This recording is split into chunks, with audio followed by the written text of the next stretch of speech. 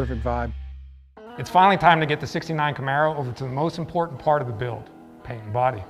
I wouldn't say it's the most important part. Well, everybody knows it's the first thing that you see on a car, and it can make or break any type of project. Well, you do have a point. When this thing rolls across the auction block, it's gonna look better than it ever has.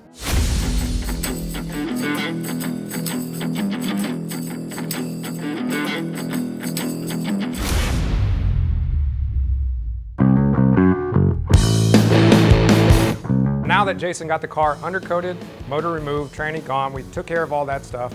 Finally got it out here to the paint and body shop. I've gotten a chance to look over the car. It's not as bad as I was thinking.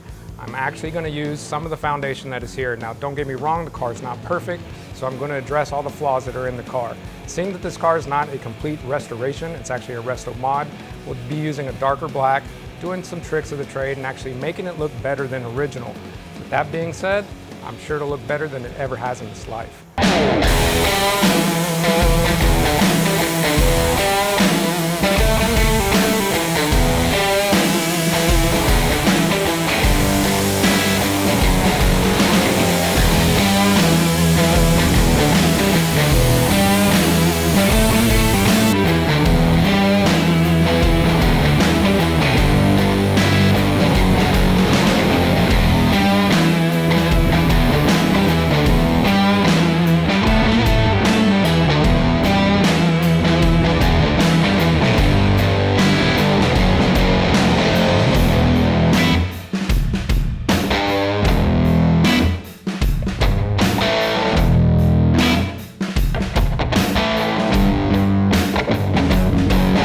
The most common question I get a lot is which tools do I use in order to prep a car?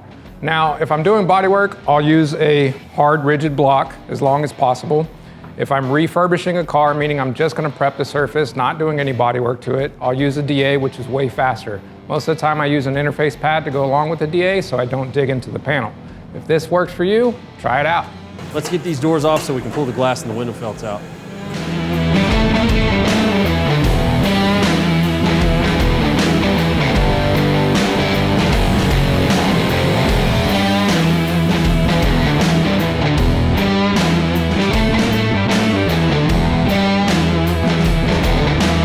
Anytime you're doing any kind of project, whether it be at home or at a shop, it's always good to have a door fender stand. That way, any of the pieces that come off the car can go right on the stands, do whatever work you got to do, get them back on the car and get the project done.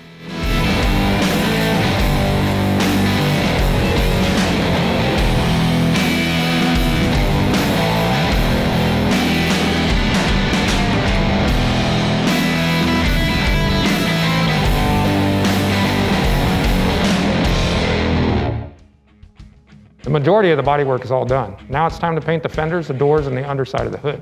And while Tony's doing that, I have a few more pieces of the interior and then get the engine bay cleaned up so you can get to painting the body. With a brand new engine bay, the Blueprint Engine 347 is gonna look awesome in there. Now it's time to paint this thing.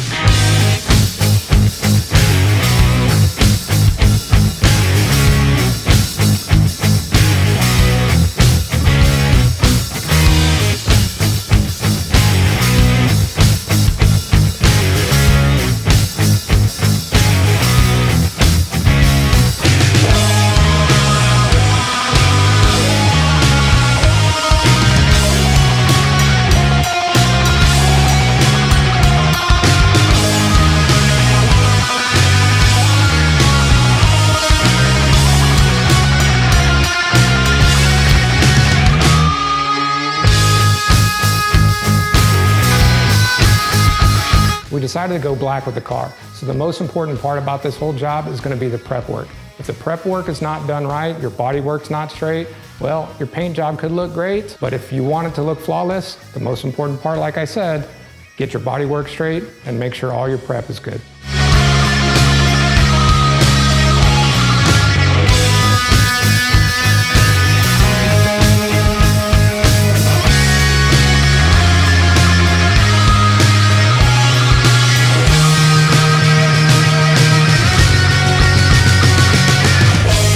I'm really happy with how far we've come on our '69 Fender Mustang. I actually just got off the phone with Ron about his progress on the guitar bass. Check it out.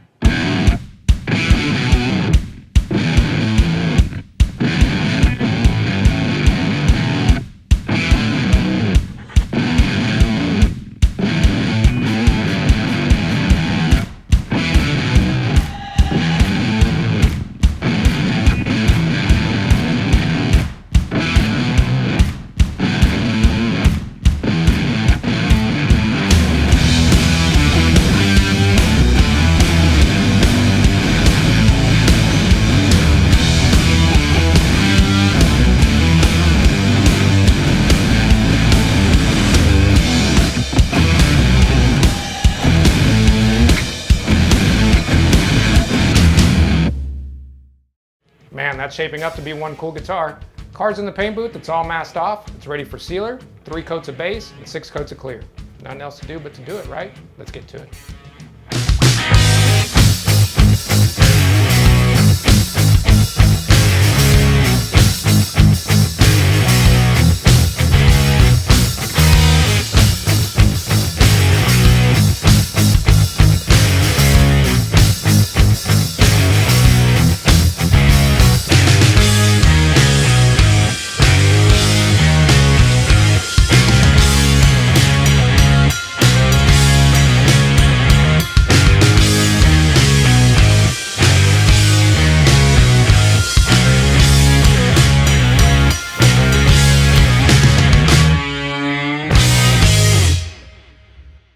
So it's never a good idea to rush your paint job. Always follow the recommendations the manufacturer has for the paint.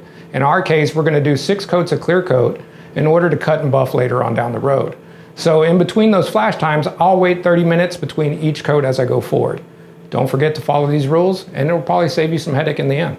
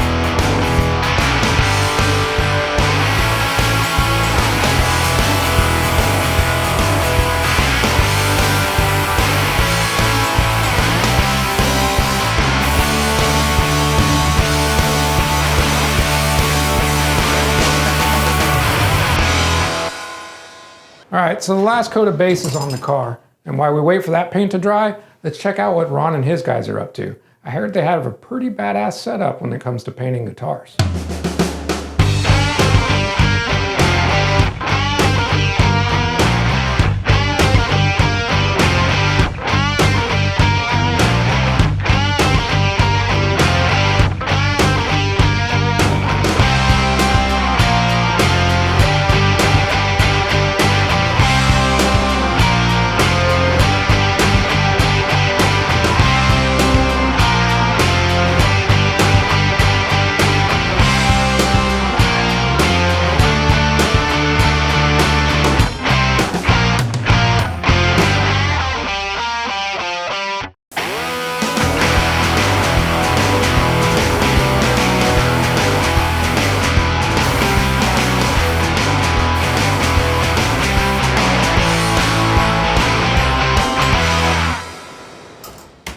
All right, last coat of clear is on the car. It's late, I'm tired, I'm beat. We'll let that cure overnight. We'll get back to it in the morning, push it in the bay for reassembly.